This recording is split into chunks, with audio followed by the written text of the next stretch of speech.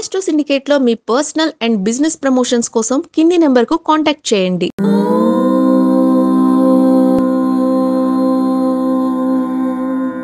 ఓం శ్రీ గురుభ్యో నమః. హరి ఓం. ఆదిత్యాయ చ సోమాయ మంగళాయ బుధాయ చ గురు శుక్ర శనిభ్యశ్చ రాహవే కేతవే నమః. అందరికీ నమస్కారం. మన యొక్క సనాతన ధర్మంలో ప్రతిరోజుకి ఒక విశిష్టమైనటువంటి ప్రతిఫలం, పూజ, నోము, దానము, తర్పణము, నమస్కారము లాంటివి ఉంటాయి. ఇక్కడ మనకి 12/2/2025 బుధవారం రోజు రాత్రి ఒక శుభకరమైనటువంటి గ్రహ మార్పు జరగబోతోంది. ప్రతి మాసం జరిగేదే. గత జనవరిలో మకర సంక్రమణ జరిగింది కదా.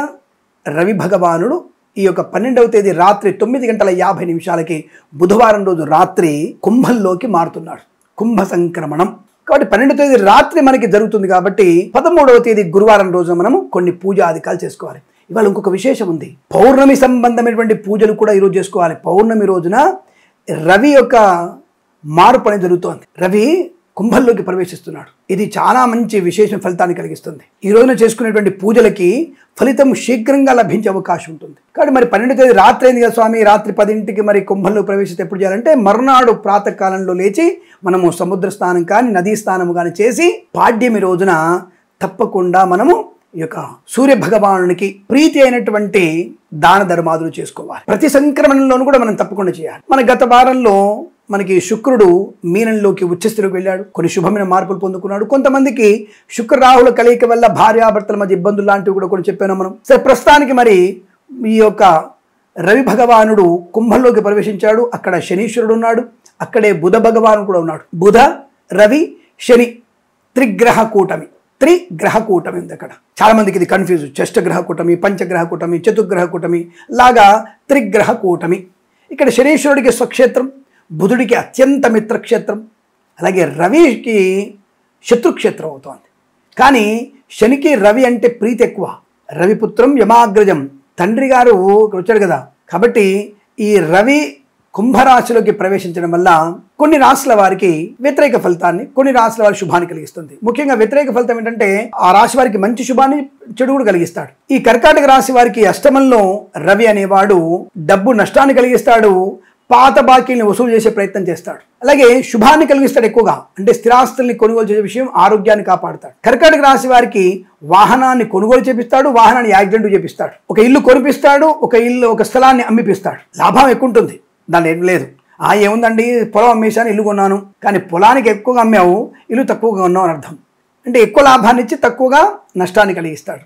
అలాగే మరి మిథున, కన్యా రాశుల వారికి ఈ బుధుడితో కలిసినటువంటి రవికి అత్యంత శుభయోగం. ఇక్కడ బుధుడు శనికి మిత్రుడే, రవికి కూడా శుభుడే అవుతాడు. కాబట్టి ఈ యొక్క మిథున కన్యా రాశుల వారికి శుభయోగాన్ని, ఆరోగ్యాన్ని, ధనయోగాన్ని, వాహన యోగాన్ని కలిగిస్తాడు. కానీ పిల్లల వల్ల ఏదో ఒకటువంటి ఇబ్బందులు ఏర్పాటు చేస్తుంటాడు. పిల్లల వల్ల పిల్లలకు జ్వరం రావడము, పిల్లలు కొద్దిగా మార్కులు తక్కువ రావడము, లేదా పిల్లల వల్ల ఏదైనా సమస్య రావడము లాంటిది కలిగిస్తాడు. చిన్న చిన్న ఆ యొక్క ఇబ్బందులు కూడా స్వల్పమైనవే, అల్పమైనవే చేస్తాడు. అలాగే మరి ధనుసు రాశి వారికి సోదరులతో సఖ్యత, ఆస్తి పంపక లాభాన్ని కలిగిస్తాడు. తులారాశి వారికి మంచి సంతానాన్ని కలిగిస్తాడు. పోగొట్టుకున్నటువంటి ఉద్యోగాన్ని తిరిగి తీసుకొస్తాడు. మీన రాశి వారికి ఖర్చు పెట్టించిన ఒక శుభమైనటువంటి గృహాన్నో, స్థలాన్నో, వాహనాన్ని కొనుగోలు చేస్తాడు. కాకపోతే విలాసాలకు ఖర్చు పెడతారు వీళ్ళు మీన రాశి వారు. ఎందుకంటే వేయంలో ఉన్నాడు కదా రవి. కాబట్టి గోచార వేస్థిత రవి కదా. మీన రాశి వారికి విలాసాల కోసం ఖర్చు పెడతారు. పనికి మనటువంటి విదేశాలకు వెళ్తాడు, సింగపూర్కి వెళ్ళొస్తుంటాడు, లేదా మలేషియాకి వెళ్తుంటాడు. ఎందుకు అంటే సరదాగా వెళ్ళొస్తుంటాడు, ఖర్చు పెట్టిస్తారు. కానీ ఖర్చు తగినటువంటి ఆదాయాన్ని కూడా కలిగిస్తాడండోయ్, దానికి ఇబ్బంది పడకండి. మరి వృషభ రాశి వారికి అత్యంత శుభయోగాన్ని, విద్యాలాభాన్ని, ఉద్యోగ యోగాన్ని కలిగిస్తాడు. అలాగే మకర రాశి వారికి కాస్త మతిమరుపును కలిగిస్తాడు, కానీ విద్యలో రాణింపిస్తాడు. సో మతిమరుపు అంటే విద్యలో రాణింపు ఎలా ఉంటుందంటే చదువుతున్నప్పుడు బుర్రకెక్కదు, కానీ అటెంప్ట్ చేసేటప్పుడు తప్పకుండా స్ఫురణ కలిగిస్తుంటాడు. అది మకర రాశి వారికి. ధనయోగాన్ని కలిగిస్తాడు, మంచి స్థిరాస్తుల్ని కూడా కలిగించేటువంటి అవకాశం ఉంటుంది. మరి సింహరాశి వారికి వివాహ సంబంధ అనుకూలత కలిగిస్తాడు. అనవసర ప్రేమ కలాపాలు సృష్టిస్తుంటాడు. కొన్నిసార్లు తప్పుగా అనుకోదు, కానీ అక్రమ సంబంధాల వైపు ఉసిగొలుపుతుంటాడు. జాగ్రత్త. మంచి వైవాహిక జీవనం ఉంటుంది. అలాగే మరి మేషరాశి వారికి మరి ఏకాదశంలో ఉన్నాడు కదా కుంభంలో, శుభయోగాన్ని, రాజయోగాన్ని కలిగిస్తాడు. రాజకీయ నాయకులకి పార్టీ ఫిరాయింపునిస్తాడు.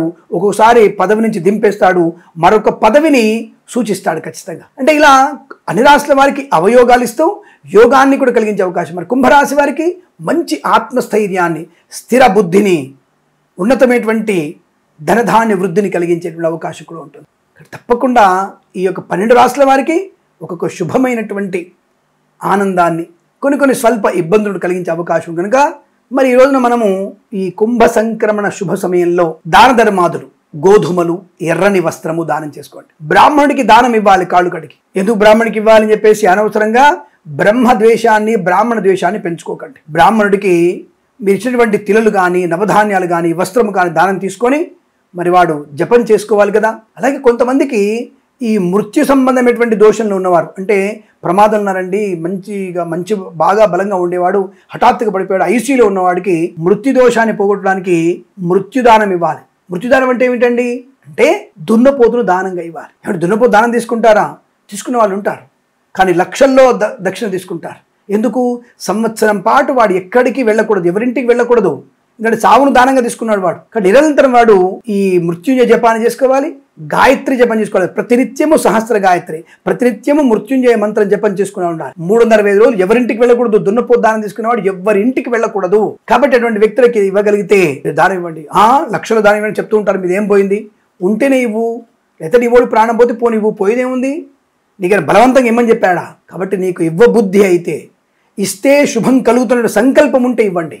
లేదా పాలు దానము, పెరుగు దానము, పాత్ర దానము. ముఖ్యమైనది ఈ రోజున దానాలు చేసిన తర్వాత పిండ పితృయజ్ఞం కూడా చేయాలి. అంటే గతించినటువంటి తల్లిదండ్రులకి పిండ ప్రదానం. అలాగే తీర్థాలలో తర్పణం, తిల తర్పణం చేయాలి. ప్రతి సంక్రమణం కూడా మనము ఇటువంటి తర్పణాలు చేసుకోవడం వల్ల ప్రయోజనం ఉంటుంది. అలాగే దివాకరుడికి వాళ్ళ అర్ఘ్యం ఇవ్వాలి. రవిగ్రహ సంబంధమైనటువంటి దోషాలు తొలగిపోవడానికి మీరు రవి అష్టోత్తరం చదువుకునే ప్రయత్నం చేయాలి. అరుణ హోమాలు జరిపించుకోవాలి. అలాగే మనకి సౌరమంత్రాలతో ఈ రోజున మీరు హోమం జరిపించుకోవాలి. అంటే ఎవరికి శక్తానుసారం వారు చేసుకున్నట్టయితే అనుకూలత శుభ ఫలితాలు ఉంటాయి. దానివల్ల ఎటువంటి ఇబ్బంది కలిగే అవకాశం లేదన్న విషయాన్ని గుర్తించండి.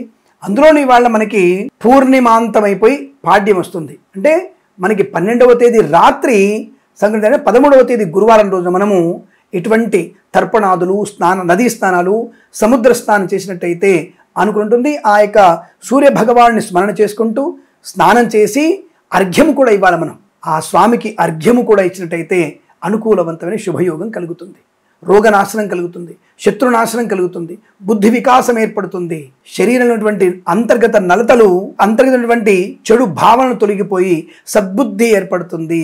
సంతానం లేని వారి సంతానము, ఉద్యోగం లేని వారికి ఉద్యోగ ప్రాప్తిని కలిగించగలిగే అవకాశం ఉంటుంది. కానీ నీకు ఏది సాధ్యమో అది చేయి. ఏది దానం ఇవ్వే సాధ్యం కాలేదు, నీకు బుద్ధి కూడా లేదు, దానం ఇచ్చే బుద్ధి లేదండి నాకు, నేను పరమ పిసినారని, పర్వాలేదు, నో ప్రాబ్లం. సముద్రంలోకి వెళ్ళి స్నానం చేసి దోష నీళ్లు తీసుకొని ఆ నీళ్ళనే అర్పణం చేసి, రవిగ్రహానికి అర్పణం చేసి, ఇదే నేసినటువంటి అనేక దాన ధర్మాదులను ఆయన ఈ యొక్క నీళ్లను స్వీకరించి సమస్తమైనటువంటి దానం ఇచ్చినటువంటి ఫలితాన్ని కలిగించమని నమస్కారం చేసుకున్నా సరే. నీకు లేనట్టయితే, నీకు బుద్ధి కూడా లేనట్టు, అంటే ఇచ్చేటువంటి బుద్ధి లేనట్టయితే ఇదా కూడా చేసుకోవచ్చు.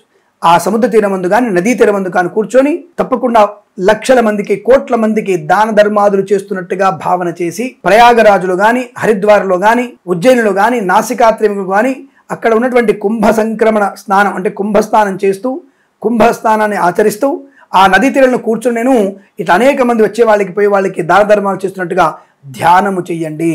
ధ్యానంలో మీ స్వహస్తాలతో బంగారము, వెండి, అన్నము, వస్త్రము, ధాన్యము ఇస్తున్నట్టుగా భావన చేయండి. అది కూడా మీకు శుభాన్ని కలిగిస్తుంది.